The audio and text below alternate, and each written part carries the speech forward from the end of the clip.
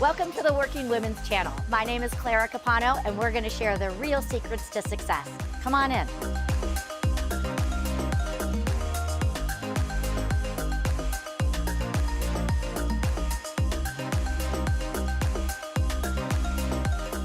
Welcome, everyone, to another episode of the Working Women's Channel. My name is Clara Capano, and I am your host. And today I am here with the lovely Elizabeth Boswell. Elizabeth, thanks so much for being here. Thank you so much for having me, Clara. Yeah, so we met a couple of years ago at one of my Ninja installations, and I was just blown away by how much of just a powerhouse you are. You know, you are so smart, you are professional, you're classy, and you have really made a tremendous business for yourself. And I remember going up to you saying, I need to get you on my show because I know that you're going to have so many wonderful things to share with our women today. So, but before we get started, Elizabeth, why don't you just briefly introduce yourself? Hello, my name is Elizabeth Boswell, and I am 39 and 3/4 years old. Holding on to that 3/4. Yeah. I am a real estate professional. I've been involved in real estate for the last 8 years. My husband and I also own a building company. His family is 50 years, one of the largest building companies in this area. And we branched out and started our own custom home building company. And I am super ADHD and have learned how that can serve me very, very well. My mom actually came to me the other day and was like, did you know that some people say that ADHD is their superpower? I'm like, I do know that. When I was younger, it was a setback, but I attribute being able to do a lot more than most people can do by the way that my brain works differently. So Yeah. that's good. So good. But anyways, I have two real estate teams, Live, Love, Destin and Live, Love 30A. They were established in 2017. And I have taught countless number of people how to sell real estate. Some still with me, some have moved on off of the team into their own real estate careers and are thriving, which is wonderful. And I have 2 beautiful children and 1 beautiful bonus child, ages of 21, 12, and 8. And an amazing dog. It's a Great Pyrenees that I love like one of my children. Oh, fantastic. Well, again, just being able to keep all these things going and together. What I'd love to do is just kind of kick off today and kick off our conversation because, we're here to talk about, women in business and how not every day is easy. And sometimes we have to really climb over those obstacles and show up even when it's really hard for us to do that. So, Elizabeth, can you think about a time in your life where things maybe were not going so smooth and you had to sort of pull yourself up from the bootstraps and keep going? I can think of multiple times in my life that's transpired, but probably the most significant time that comes to mind is when I was going through my divorce, and I left my marriage with nothing. It was, just kind of a, pick up and get out. And thank goodness I lived in a home that was on my parents' property. Other than that, I had no money. I had no job. I was running my husband's prior businesses. And so obviously, whenever I left, that stopped.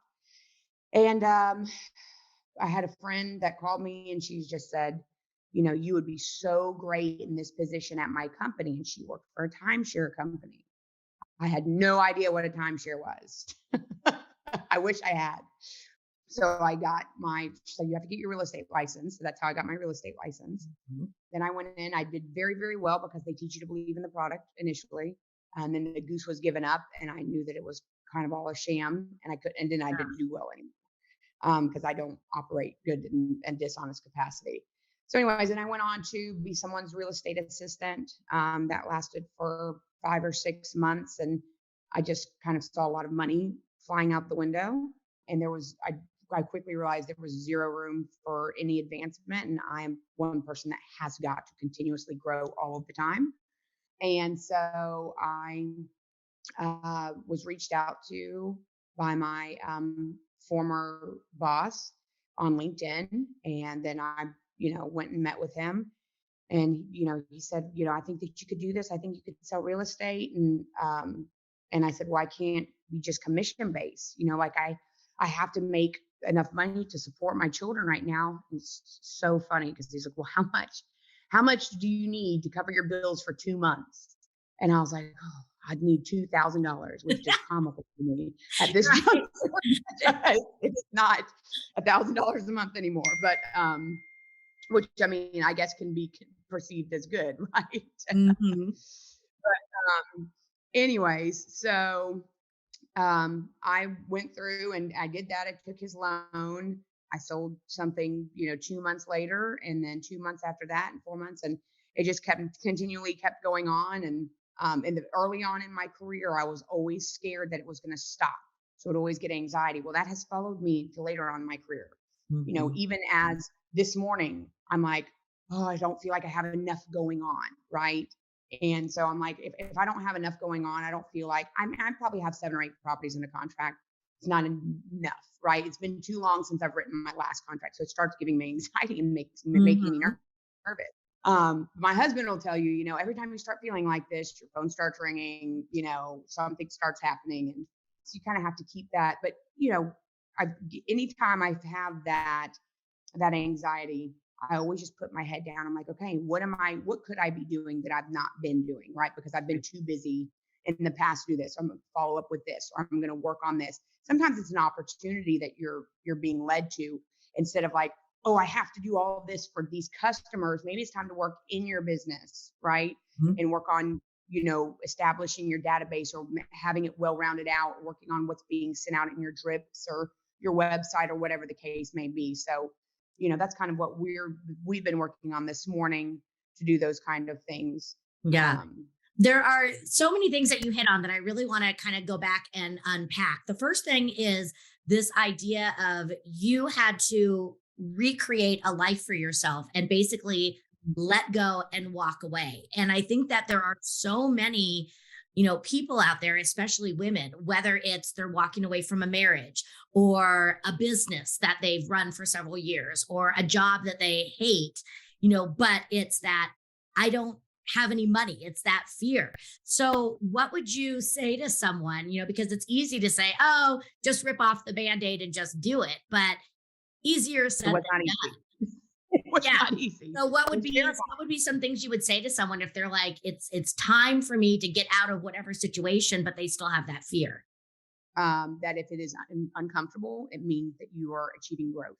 And things that are too comfortable, you're not growing as an individual. Mhm. And whether you are waitressing or you are running a Fortune 500 company, you should always want to achieve growth in some kind of capacity.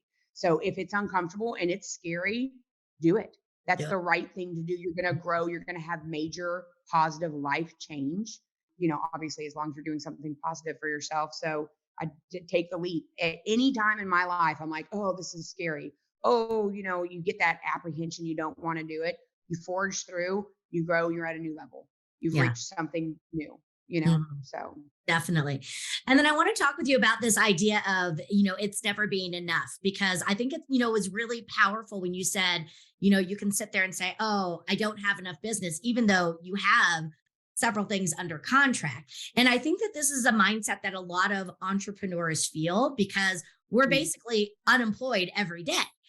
And it yeah. is up to us to generate it. And I love what you said about, again, kind of getting back to what is it that I need to do. And I would love your take on this because I know for me, I used to think having a real job, having that corporate job was Mm. security and putting me in control. And what I've learned is I actually feel like I have more control over my destiny by being an entrepreneur. So I would love to get Oh, your thoughts on that. yeah, absolutely. I would never work for somebody again. I mean, obviously, unless I had to. I just couldn't do it. I have all of the control, right? And it's a double-edged sword because you have to be self-motivating. You have to want it, and you don't just wake up. I don't wake up every day and go, okay, great. I'm just ready Mhm. to do all these things and motivate myself, I Mhm. surround myself with really great people that when I wake up and I don't feel like that, Mhm. that they are like, we're going to conquer this day, and they breathe that life into me. It's very important you surround yourself with like-minded people, good people, people that have the same mindset as you, and Mhm. people that are at least as successful as you know, Mhm. or more successful than you are. Yeah. Um, Because they have to so again pull you through. And I think that's a good message that, not every day is fantastic. And it's not that as successful people, we do that, but it's again, like you said, surrounding yourself, because on those days you need other people to help you stay grounded, to help you see the reality that no, life, you do have some stuff going on, so that, we don't get right, so, overwhelmed in all of those things. right. The Yeah, sky is not falling at the moon. It's going to be exactly. okay. Yeah. Another thing I would like to ask is, you've already mentioned that you have two teams, you run a business with your husband, you have, kids, you have yourself, your health. What are some things that you do to manage it all? To make sure, like, how do you communicate with your family, with your team? How do you, work on managing all these different balls that you have in the air? One, I write a lot of things down. Mhm. I have a lot of notebooks all over the place, and I use my calendar. And then my brain, just because I've been doing it for so long, just kind Mhm. of prioritizes things. Right. It took me a really long time to find the work life balance because in the beginning of my career, I really had to put everything aside for Mhm. one solid year. So when something came up, like it was central focused work.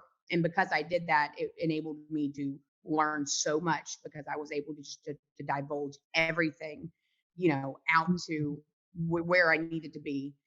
And I think it's just super important to do that one portion of that year. Mhm. Um, since then, you kind of learn, okay, where instead of I'm going to do this all of the time, okay, I'm going to do this here. I'm going to pick up my daughter from school. I'm not going to have somebody else pick her up from school. I'm going to take her to practice. Mhm. And then, if something comes in at that time, but I'm not going to schedule anything else for that time. And you just kind of, filter things in and out through that. Does that make sense? Yeah, I mean, if I'm hearing you correctly, it's sort of, you made the business the focus, especially in the beginning, because you had to get that foundation. But then you Mhm. still also carved out time for the important family time things and really held true to those. Yeah, the it was so work focused in the beginning, and it absolutely had to be that I could not, I had to get assistance, right, Mhm. from my parents or whatever when it came to my children. And, I would go to bed late and then I would wake up really early and I worked all the time. And that was a solid year. And then I would back off of that little by little. And now, I do everything that I want to do with my children. And So it's it's sort of wonderful. that short-term sacrifice of 1 year to Correct. really be able to give you the longer term of I'm being there. So how did you, one, communicate that to your family? Because so many times I think as women, when we say, I have to focus on my business, we get ridiculed a lot for that.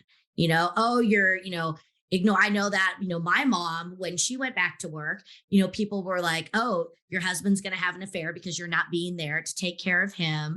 You're not being as good of a mom. I know I went through some of that when I went back to work. So, how did you face, the maybe some of the naysayers, or how did you communicate? Because there are so many women out there that need to give the time in the short term to get the benefit of the long term, but it's really hard to do that and not everybody understands. Well, and I did get ridiculed. People, I live in a very small town and people said, this or that, about that, because my parents were happy. They really loved spending time with my children. My father built his own, he was a petroleum engineer. He built his own company from nothing. Worked for George Mitchell, Conoco, and then started his producer's engineering company, which is still running today, and worked a lot. I definitely get my work ethic from him. So he understood. He was very proud, and he was happy to take part in my children's lives at his older age. So that I would say that's probably the first thing. The other side of things is all the people in the community, whatever they wanted to say, I was damn determined that I was never going to be in the position that I'd come from ever again, where I felt destitute and it was scary and I had nothing. And I would never, ever, ever, ever feel that way again as long as I lived. And when you get to that point, you really don't care what anybody else says. At the end of the day, the way I live, when I die, I'm going to be the one that has to answer for whatever I do. Mhm. It's not anybody else's business. They want to go rap tap tapping on heaven's door and Right. try to come calling for whatever I've done. Exactly. But it's my life to live, and I've done it the right way. And yeah, I had to make some sacrifices, but I'd rather have made those sacrifices than to be stuck where I was. Yeah. And I'm so thankful that you are honest about that, because I think too many people just put on the happy face and they're like, oh no, I just got it all together. And the truth is we have to make trade-offs and we have to do those things. And I had to do the same things. I missed several things, with my son. So I would try to be there as much. But now, when I talk with him, we just had a conversation yesterday because his 18th birthday is coming up. And I've been offered a speaking gig that's going to sort of fall in alignment with it. And he's like, what I really want for my birthday is for you to be happy. He's like, I know you love what you do. And I know that he understands this because of the conversations we've been having over the course of the years. And that, when I'm with him, I really focus on being there. And I think it's just important that anybody understands when you're building a business, there's going to be sacrifices. And Right. you have to come to your own terms with that because it's going to look different for everyone. Right. Yeah. So, Mm. so what do you think are some of the best things being a woman affords us in business? What are some of the things that you think maybe make us different, make us unique, and are pull out some of the strengths of being a women business owner? Well, I mean, you get a little bit of a softer response. Some people, and it's dying down, but I can remember times in my career where some people you could just tell they just prefer to work with a man. But Mhm. as a woman, you have a softer approach, right? You also see things, especially when you're talking about real estate, you see things in a different way, from a design aspect and things of that nature. You see things that men don't see, like this lot these people were building, my customers were building a house on that we're building for them now. And they were like, well, this one's $50,000 less. And I'm not necessarily saying a man could see it. Maybe it would just maybe not be as important to him. Mhm. The lot was nicer looking and it was on a lake. And I just begged them, please just pay it a little bit of extra money and go with this lot. And they called me and they're like, it was so smart. Thank you so much. The design, the thought about this, it just is so impactful. And I just feel like maybe with men it's a little bit more transactional. And don't get it twisted. I'm a Sure. transactional person, very business minded, but I have that softer side where I'm thinking a little bit more in detail about things, and I guess a little bit more heartfelt Yeah. Definitely. than most men are. Mhm. Um, and I just, some people would rather be a man in business. I like being a woman in business. You know, I like caring about my people in on a little bit deeper of a level. Mhm. And I like kind of being that that a, that's like, you wouldn't get that as a man. It's just expected. As a woman, it's like, wow, look at all these things she's doing. She's surpassing all the men. She's in the top 1%, in this area, top 1% in Zillow, And if you were a man, it would just kind of be expected. And the woman, it's like, oh yeah, cool. She's a Yeah. strong, independent woman. Exactly. And I think that goes back. One of the things that you mentioned earlier is, when you were first getting into real estate, the idea that you asked for what you needed. You said, I would love to do this, but I need a salary, and I think, again, as women, we need to believe in ourselves more and learn Right. to ask for what we want, because we can rise to the top just as much as any other man. But I think sometimes, we have to be a little bit more persuasive, a little bit more assertive in going Right. after and asking for what we want. Well, and the problem is there's no problem in asking. The only problem there is if you don't ask, right? If you don't ask, the answer is always no. If you Mhm. ask, who knows what the answer you get. So Yeah. and it's another one of those things. You overcome that adversity. If you feel that tension and like, oh, it's scary, do it. Yeah. That's going to make you better for it. You're going to grow, you're going to be stronger, and you're going to be a better business person because of it. Mhm. I love it. Fantastic. And also, I think just a better human being because, again, it makes you more confident in yourself. You feel, like you're accomplishing more. And again, I think you learn to believe in yourself because when you take those chances, again, it builds up that resiliency inside of you. So, Right, and then your children see that, and then mhm, you're providing an example for your children, and exactly. obviously, we all want our children to be that way, right? Absolutely. Absolutely. So, tell us a little bit because you've already got so many things going on business wise. What's next for you? Well, I am trying to expand our, building company. So right now, my husband has 5 homes that he's building. And so we're trying to expand between 10 and 25 a year. We don't want to go over that. My husband served 11 years in the Army. He's very meticulous about everything, which makes him an incredible home builder.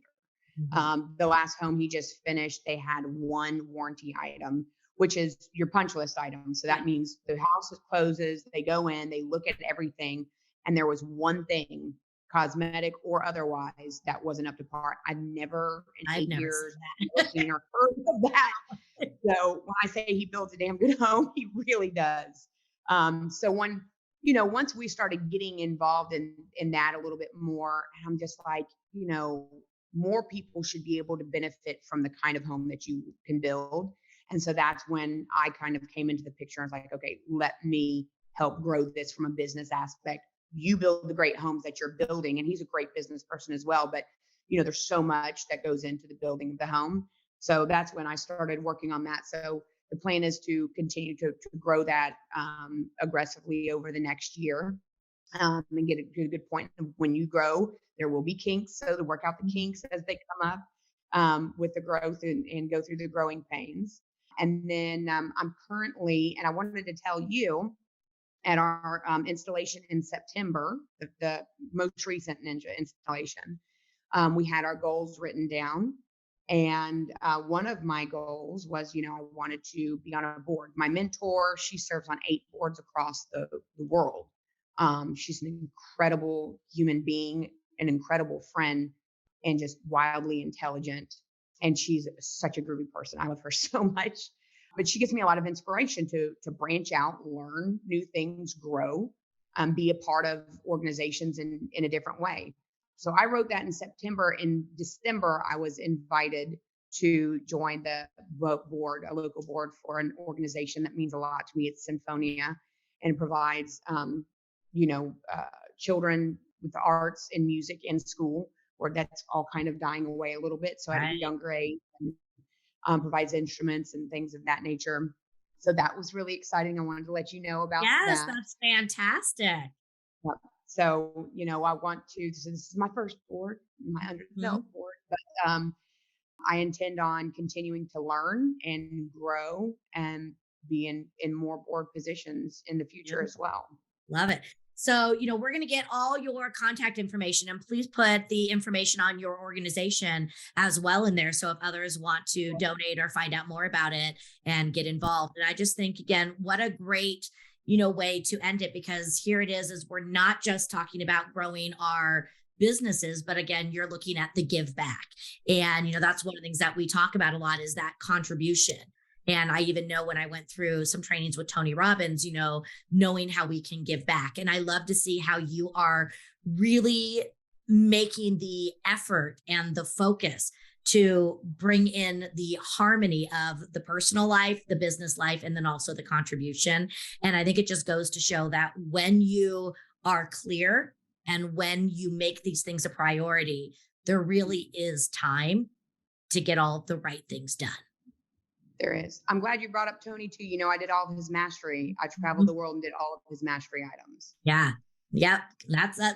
It's amazing stuff. So, well, Elizabeth, I am just so thankful that you shared some time today. I think, some of the messages that I'm hoping that our viewers and listeners walk away on is the idea that it's okay if something scares you to just take the leap and, do that. But then also the importance of surrounding yourself because even though you take the leap, you still have to be able to have the support around you. And I love just seeing that your star is continuing to rise. And I know there's going to be so much more. If you could just leave our listeners with maybe just one last closing thought, what would it be? Oh, last closing thought. I think I would say, to piggyback off of what you said and what we've said, absolutely take the leap. Continue to try to grow. If you're not growing or you feel stagnant, change up your routine. Start a different, go do yoga, phone a friend, get somebody great in your corner to motivate you and grow. Even if it's the smallest thing, remember progress, not perfection. Absolutely. But even if it's the smallest thing each day, like I stopped watering this plant and you start watering that plant each day, right? It's helping that plant grow. One little thing. I can't read a whole book. My ADHD prevents me from being able to sit and really focus to read, Mhm. right? Unless I would take medication, which I really don't want to. Anyway, but I'm committed. Like if I just read 2 pages of Mhm. this book a day, that's what I'm going to do, Love it. right? So it's just small little things, progress, not perfection. Do little things to help yourself to continually grow. Love it. Fantastic. Well, thanks for, Elizabeth giving us time, and thanks for all of you for following us for another episode of the Working Women channel. Make sure that you are liking and subscribing, and we will be continuing to bring you more stories of success, of overcoming challenges, because we want to make sure that every woman everywhere knows that you are not alone, and that with the right support team, with the right focus, and the right love, you can accomplish anything that you set your mind to. So I'm your host, Clara Capano, and we'll see you next time.